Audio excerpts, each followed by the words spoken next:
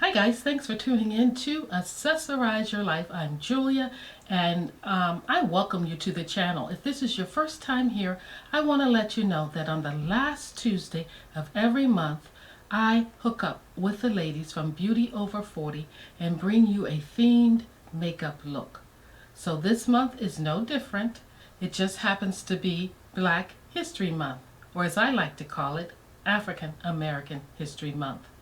It was founded by, I believe, Booker T. Washington. I could be wrong, but I'll make a correction down in the down below if I am. And they felt, or he felt, that since Abraham Lincoln was born in the month of February, and also Frederick Douglass happened to be born in the month of February, actually he was February 14th, that the second week of February would be denoted to Negro History Month. Now we've come a long way because we don't call it that anymore, nor do we want to call it Black History Month. We want to call it African American History Month. And I'll tell you why I want to call it African American History Month. Well, I feel that some people don't recognize us as Americans. Yeah, surprising, right? Well, it shouldn't be. Some people don't recognize us as Americans, and I think it's highly important that we get rid of black, white, Chinese, things like that, and call ourselves African American, Asian American, European American. You get my drift? That way, it is more positive. It is more uplifting. It is more interesting. Because we will want to say, well, what part of Asia are you from? Or what part of Asia are your parents from? Or your grandparents? Or what part of Africa did your people hail from? Yeah, I think that is so much more appropriate. And I think it takes away all the stigma and all the negative tones that come along with all of the other adjectives that have been used to describe or give separation or origin to us as a people. So I am celebrating African American History Month. And like I said, our creator, who is Lavinia, and her channel is Beauty Over 40, decided that we should do a look for you this month while we talk about a Black American history maker, someone who has contributed to America in some kind of way.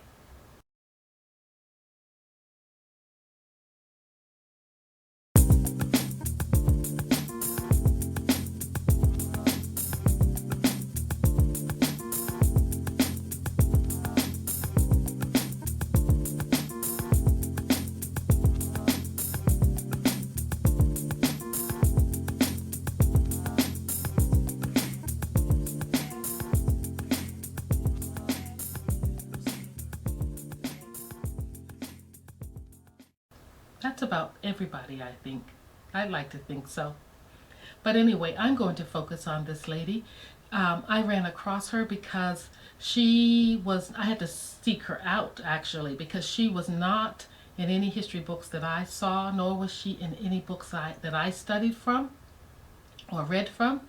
Others have popped up and have been brought to our attention as we studied, but she was not.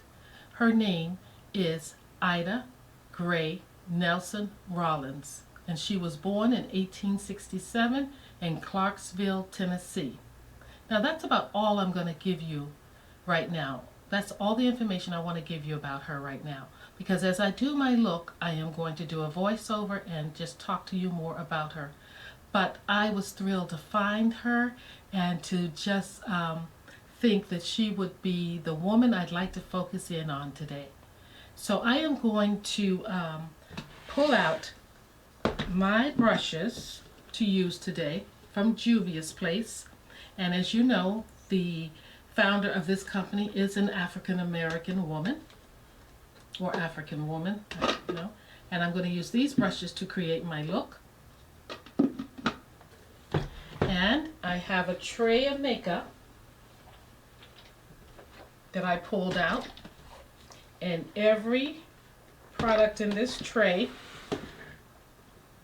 is or was made or from an African American company.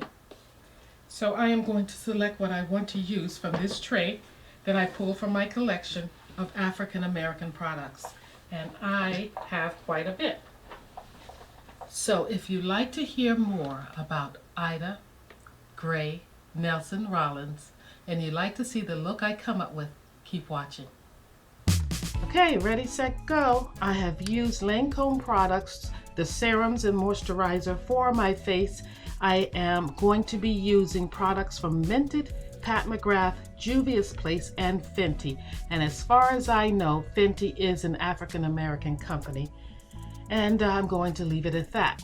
So next I want to let you know that I will list everything down in the description box as far as the base.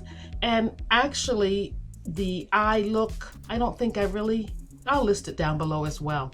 I don't really need to get specifically into what I'm using because all of the products I'm using are older products. Nothing is new. But for those of you who are new to makeup, I'm listing it down below so you'll have an idea, plus the shades that I am in. Okay? Also, before I get into talking about Ida, I want to say that the ladies and their looks are fabulous as usual. And I don't know who they are portraying, but they are gorgeous. I can't wait to get over to their channels and check out the full videos to see who they are. Anyway, I hope you will too. Go to their channels, watch their videos, and subscribe if you haven't already, and give them a big like. February is African American History Month, but in the earlier years it was celebrated as Black History Month, and before that, Negro History Week. And as you know, Carter G. Woodson and his associates for the study of Negro life and history announced that the second week of February would be Negro History Week. This was in 1920. So later on, it was called Black History Month, and to this day, it's still called that sometimes, but I would like to call it African American History Month.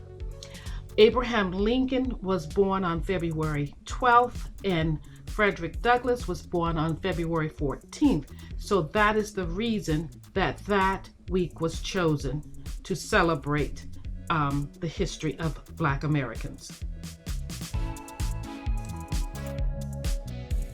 You will hear me call this month's celebration as African American History or Black American History. For the sake of this video, I am referencing it as Black History Month. I know you want to hear who I am celebrating for Black History Month, but first let me tell you the information I'm bringing you is brought forth by Orthodontics by Birth and Fletcher. Now there were many sources, but what I'm quoting to you today is from that source. Also, the pictures that I have used for this video are not my own, so therefore below each black and white photo or period piece photo, there is a source from which I obtained it from. I'd like to share with you what I found out about Ida Gray Nelson Rollins. This is an honor for me to learn this information about her because little has been written about her. But she made a lot of achievements in her lifetime, and her impact and contributions to dentistry is amazing. So Ida Gray Nelson Rollins, and we'll call her Ida Gray for now, was America's first African American woman dentist. We know that she came from Cincinnati, Ohio, and that she was an orphan born in the early years of freedom from slavery. She was the first African American woman to graduate from the University of Michigan School of Dentistry, the first African American woman to earn a DDS degree, and the first African American woman to practice dentistry in Chicago. Ida Gray was born in Clarksville, Tennessee on March 4, 1867. She became an orphan when her mother died in her early teens, after which Rollins, or Ida Gray, went to live with her Aunt Carolyn Gray, who had 3 other children, a young boy and 2 daughters. Carolyn Gray was about 35 and unable to read or write when she moved her family of 4 now to Cincinnati, Ohio in 1867. So, Carolyn supported the family by working as a seamstress and housing foster children. But all of the Gray children were expected to contribute to the family's income. And Ida attended segregated public schools in Ohio, and when she was in high school, she took a part-time job as a seamstress, but also as an office assistant for a dentist. The practice she worked in belonged to Jonathan and William Taft. Now, Jonathan Taft was a co-founder of the American Dental Association, who advocated on behalf of women who wished to enter the field. By the time Ida graduated from high school in 1887 at the age of 20, Jonathan Taft was working as the first dean of the Dental College of the University of Michigan at Ann Arbor. He worked tirelessly to further the admission of women to dental school. He was a strong supporter of including women in the dental profession. Ida's part-time job in the dental office was instrumental in fueling her desire to become a dentist. Her 3 years' experience in Taft's dental office helped her pass the entrance exam, where she earned high marks in dental school. While working in Cincinnati, Ida Gray met Sanford Nelson, a Spanish-American War veteran. He lived in Chicago, where he served as the captain and quartermaster for the National Guard 8th Regiment. They moved to Chicago, where she practiced in an African-American neighborhood.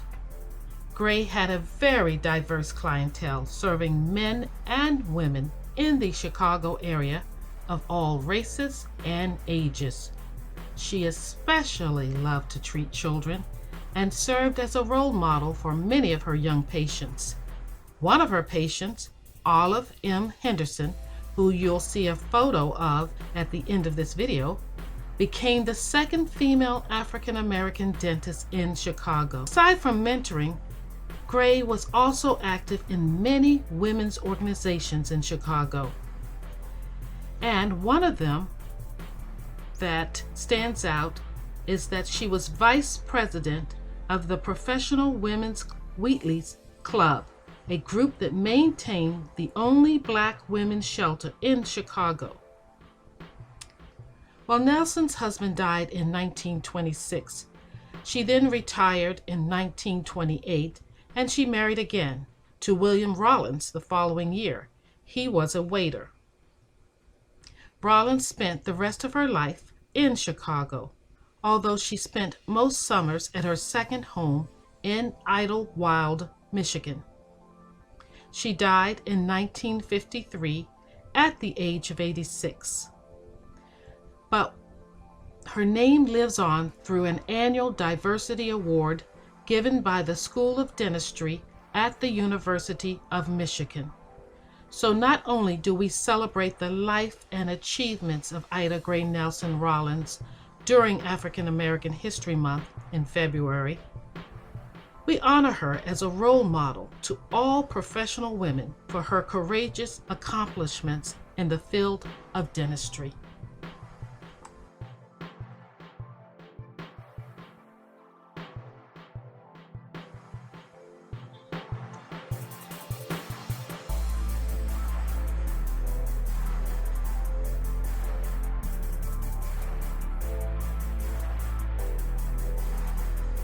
Here are a few little facts about Ida. Her mother was Jenny Gray. Her father, listed as unknown, was a European American. Ida's Aunt Carolyn had three children. The oldest child was Howard, who was partially disabled but worked occasionally as a stableman and a porter. The two younger children were girls, and they were about the age of Ida. They were Susan and Mary. And Tat, who mentored Ida, also mentored Lucy Hobbs Taylor, who was actually the first woman dentist to practice in the country. Ida graduated from Gaines Public High School in 1887. She first married in 1895, and he died in 1926. Her second marriage was in 1929 to 1944, and when he died. She worked as a private dentist in Cincinnati, Ohio, 1890 to 1895, and also in Chicago, Illinois, 1895 to 1930 or so.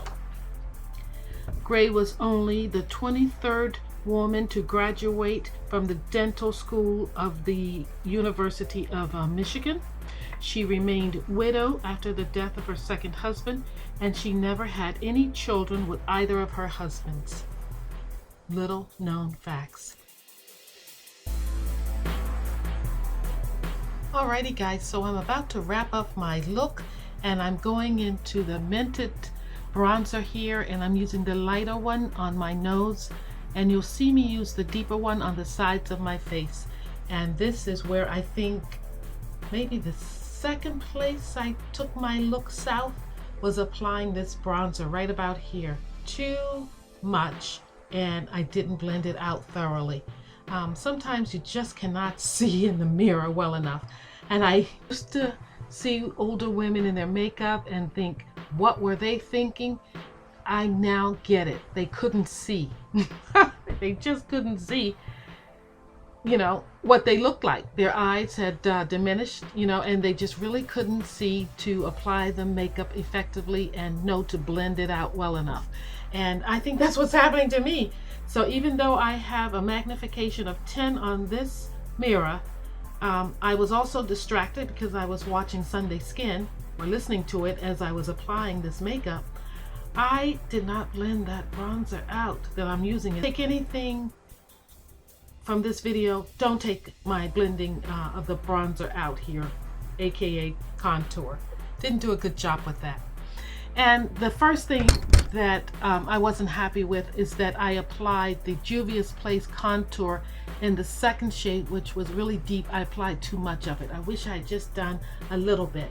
And the reason why I went in with that deeper shade of contour is that I have a lot of blemishes on my face currently, that the foundation, even though it's a full foundation, did not seem to cover up for me. Even though I went in with it 2 or 3 times, I still didn't get the coverage I wanted. So as you can see, I went in ham with that second contour color that was a little deep. But I'm not mad at my complexion here. I'm just not happy with the way I blended out the bronzer slash contour.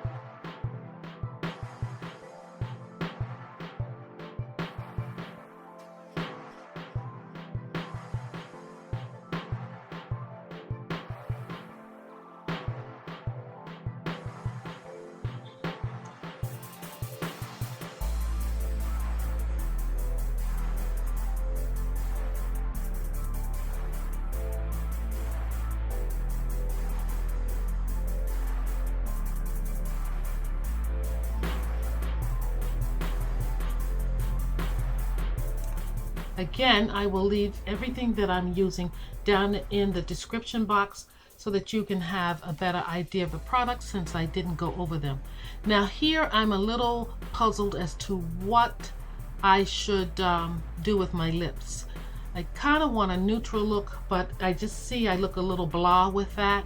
So you'll see the look or the color I ended up use apricot color more than a pink color.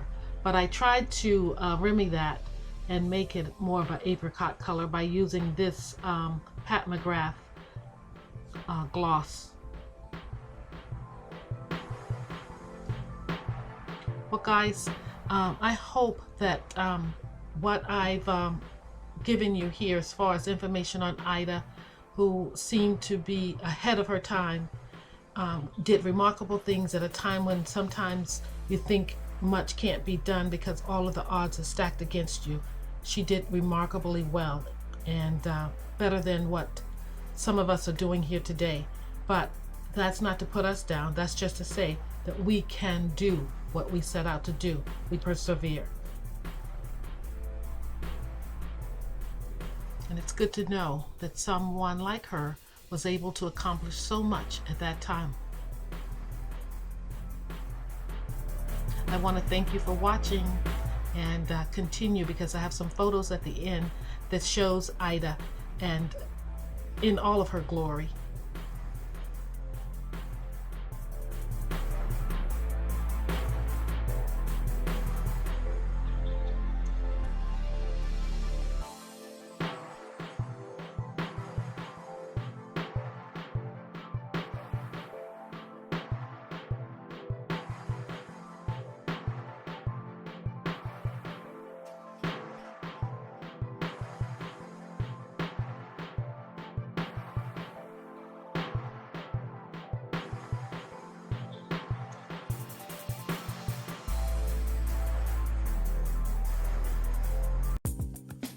Okay, how was that? Did you enjoy the look? And did you enjoy hearing about Ida? Fascinating, right? Oh, who could imagine that at that time, that young lady, with the help of others inspiring her, but that's what we do, we help each other along, rose to be a prominent dentist in her community. And she helped others along the way. That's what we are here for, to help others as well as ourselves. Well, I chose Ida, and she lived during the Victorian era on into the 50s, but I chose to represent the Victorian era with the floral print top and the bow tie and the high collar, and I felt like that the Rose Decadence palette really gave me a Victorian eye and a modern day vibe. The mother of pearl earrings, the short hair, all contributed, I feel. Well, if you've yet to subscribe to Accessorize Your Life, I invite you to do so. And give this video a thumbs up. I would surely appreciate that. And remember, a smile is your best accessory, so wear it. Bye-bye.